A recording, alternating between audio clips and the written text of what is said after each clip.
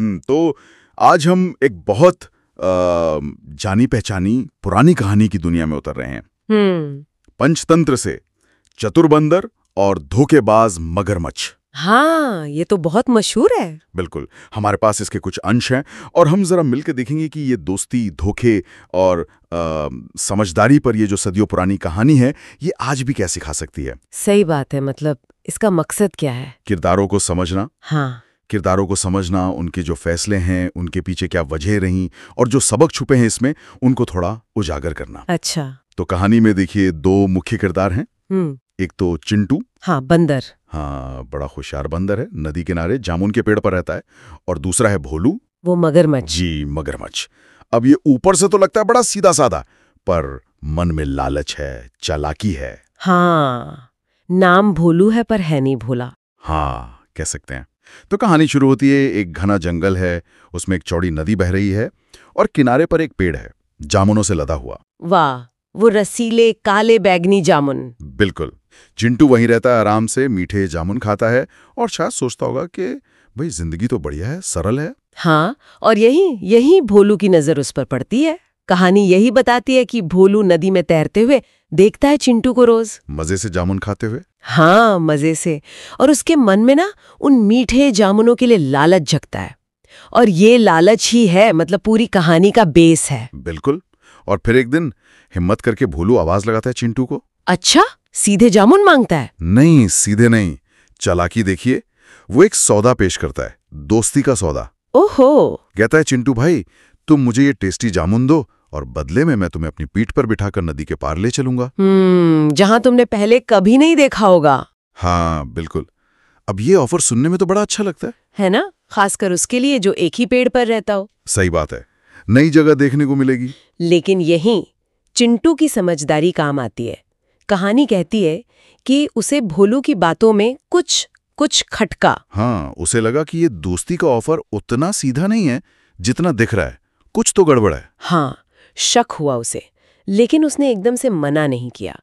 उसने सोचा चलो परखते हैं इसको, ये देखने के लिए कि भाई दोस्ती ही चाहिए या बस जामुन के पीछे पड़ा है। हाँ, तो उसने कुछ जामुन नीचे फेंके। देखिए, ये परखना बहुत जरूरी है। ये चिंटू का कैरेक्टर दिखाता है। वो भोला नहीं है, अलर्ट है, सतर्क है। हाँ, सतर्क। और यही सतर्कता तो पंचतंत्र की कहानियों का एक मेन मैसेज है, प्रैक्टिकल विजडम, वो जिसे नीति कहते हैं।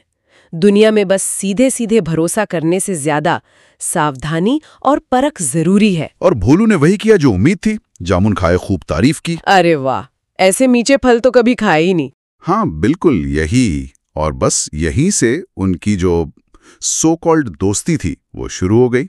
अच्छा, रोज का नियम बन गया मतलब? हाँ, रोज का नियम। चिंटू जामुन फेंकता, भोलू उसे नदी पार ले जाता। चिंटू को नई जगह देखने को मिलती, लेकिन कहानी में ये भी बताया है कि वो हमेशा चौकन्ना रहता था। उसे शायद अंदर से फीलिंग थी कि ये दोस्ती की बुनियाद सच्ची नहीं है। शायद। ये एक इंटरेस्टिंग सिचुएशन है। एक तरफ रोज का मिलना जुलना, घूमना फिरना, जो दोस्ती का एक इल्यूजन, एक भ्रम बना रहा है। और दूसरी तरफ चिंटू की वो अंदरूनी सतर्कता, जो उसे पूरी तरह से भरोसा करने नहीं दे रही। ये दिखाता है कि कभी-कभी बाहर का बर्ताव और अंदर के इरादे कितने अलग हो सकते हैं। और ये जो अंदर का शक था, ये जल्द ही सही साबित होने वाला था। कहानी में अब एक नया कैरेक्टर आता है। कौन? भोलू की पत्नी गंगा। और यहीं से दोस्ती का वो जो मुखौटा था वो उतरना शुरू होता है। अना, कहानी में एक टर्निंग पॉइंट है। जब भोलू कुछ जामुन घर लेकर जाता है तो गंगा उन्हें चखती है और बस हैरान रह जाती है। पूछती होगी कहाँ से लाई ये बढ़िया फल। हाँ, पूछती है। और भोलू उसे चिंटू और अपनी दोस्ती के बारे में सब बताता है। और बस यहीं गंगा के मन में वो भयानक लालच जागता है।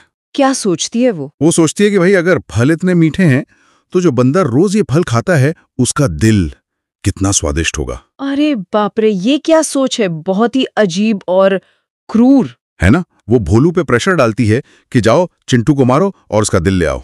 ये कहानी का एक बहुत इंपॉर्टेंट हिस्सा है। भोलू शुरू में हिचकिचाता है। कहानी बताती है कि उसने गंगा से कहा भी कि चिंटू मेरा दोस्त है। हाँ, कि वो मेरा दोस्त है, उसे मारना गलत होगा। ये दिखाता है कि शायद उसमें थोड़ी नैतिकता बची थी, या कम से कम दोस्ती का कुछ लिहाज तो था। होगा। उफ।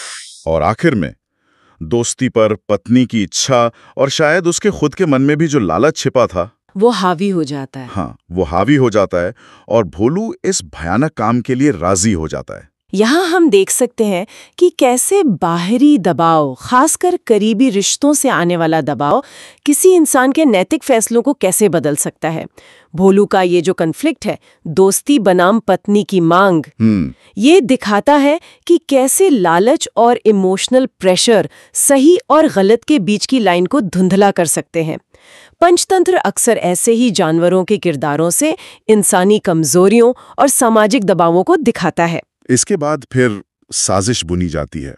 अगले दिन भोलू रोज की तरह चिंटू के पास जाता है, पर इस बार इरादे नेक नहीं है। क्या करता है वो? वो चिंटू को अपने घर आने का न्योता देता है। अच्छा, बहाना क्या बनाता है? बहाना बनाता है कि गंगा उससे मिलना चाहती है और उसने खास तौर पर चिंटू के लिए स्वादिष्ट मछली पकाने का वादा किया है। ओहो, दावत का लालच। हाँ, कहता है चलो दोस्त, आज हमारे घर चलो, मेरी पीठ पर बैठ जाओ, मैं तुम्हें ले चलता हूँ। अब चिंटू, जो पहले से ही अलर्ट था, उसे भोलू की आवाज में, उसके बिहेवियर में कुछ अजीब सा लगता है। उसे लगता है आज कुछ गड़बड़ है। उसका शक और गहरा हो जाता है। लेकिन वो सीधे मना नहीं करता या झगड़ा नहीं करता, वो एक अलग रास्ता चुनता है। हाँ, ये उसकी